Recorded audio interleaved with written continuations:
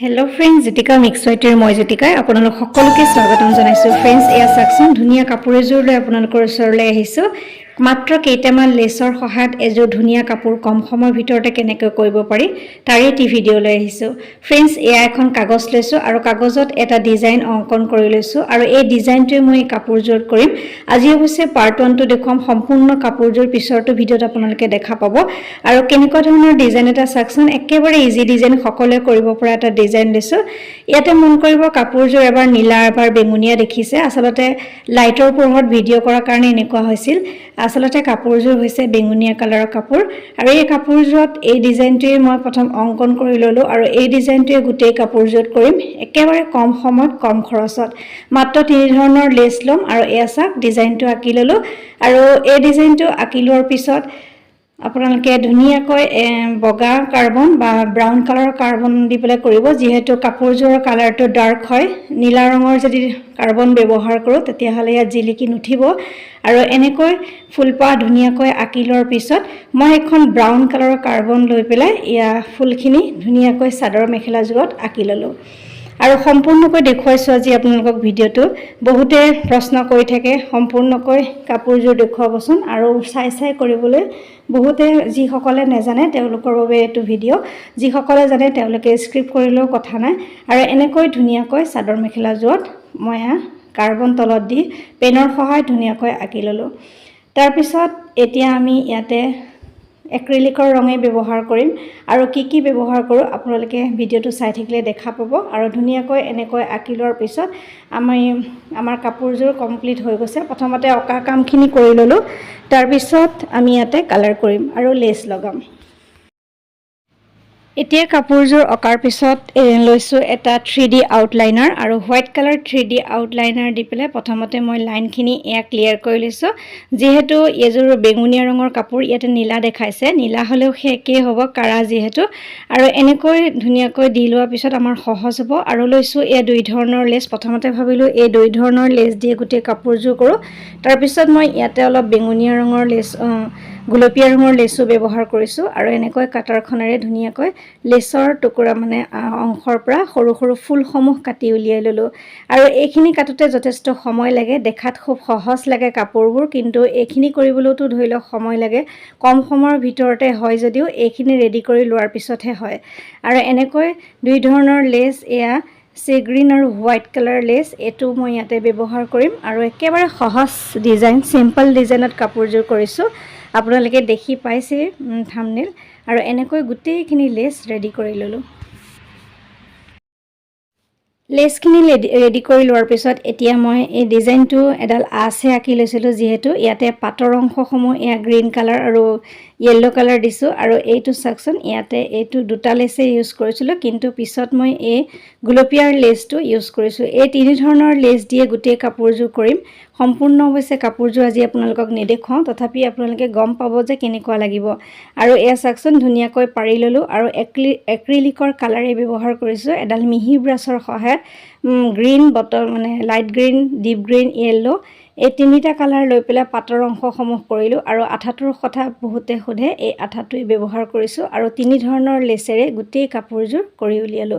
এই আঠাখিনি আপোনালোকে ভালকে দিব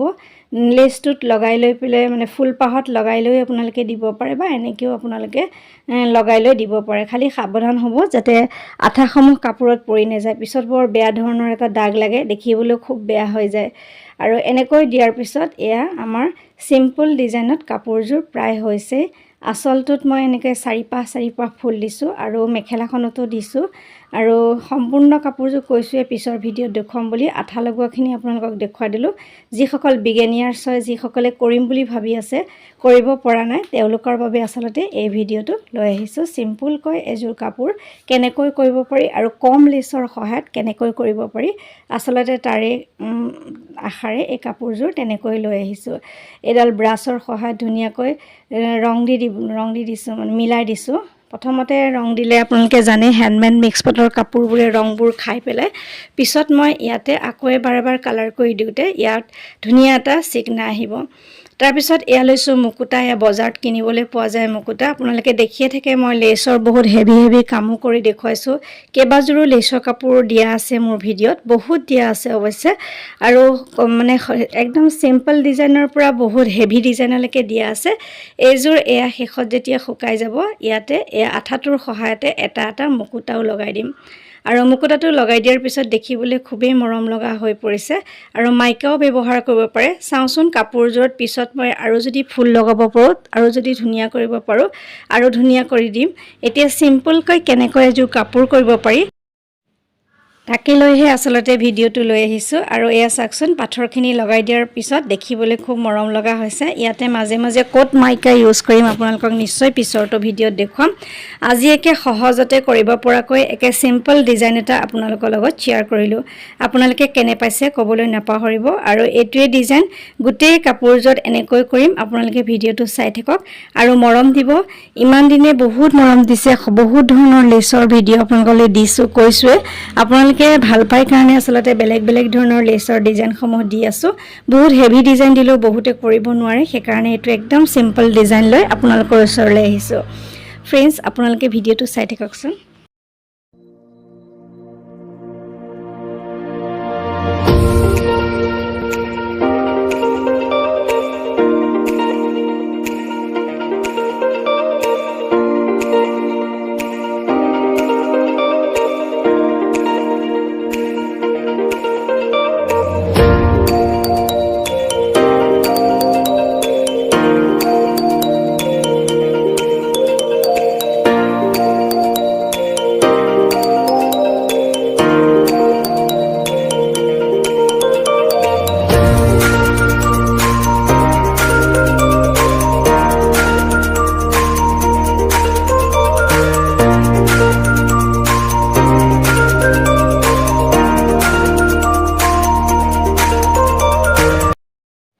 ফ্ৰেণ্ডছ, এনেকৈ গোটেই কাপোৰযোৰ চিম্পল ডিজাইনত কৰি উলিয়াম, আৰু সম্পূৰ্ণ হ'লে নিশ্চয় আপোনালোকৰ লগত শ্বেয়াৰ কৰিম। অৱশ্যে চাদৰখন আপোনালোকক দেখুৱাম, আপোনালোকে আইডিয়া অলপ পাব। আৰু এনেকৈ তিনিবিধ মাত্ৰ লেচৰ সহায়ত কম খৰচত কেনেকৈ কাপোৰ এযোৰ কৰিব পাৰি তাৰেই আচলতে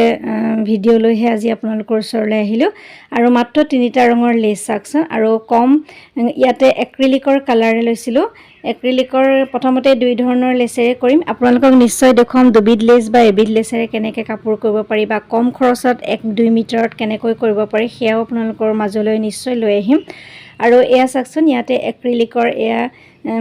য়েল্ল' কালাৰ আৰু গ্ৰীণ কালাৰ লৈ পেলাই এয়া কৰিছোঁ। এয়া চাদৰৰ আঁচলটো এনেকৈ 5টা দিছোঁ, দুইফালে আঁচলত 5টা আৰু মাজতো দিছোঁ অলপ। আৰু কেনেকৈ দিছোঁ নিশ্চয় পিছৰটো ভিডিঅ'ত আপোনালোকে দেখা পাব। আজিলৈ আহিছোঁ পুনৰ নতুন কাম লৈ, আকৌ প্ৰতিশ্ৰুতিৰে মই জ্যোতিকা সকলোৰে পৰা বিদায় লৈছোঁ। নমস্কাৰ।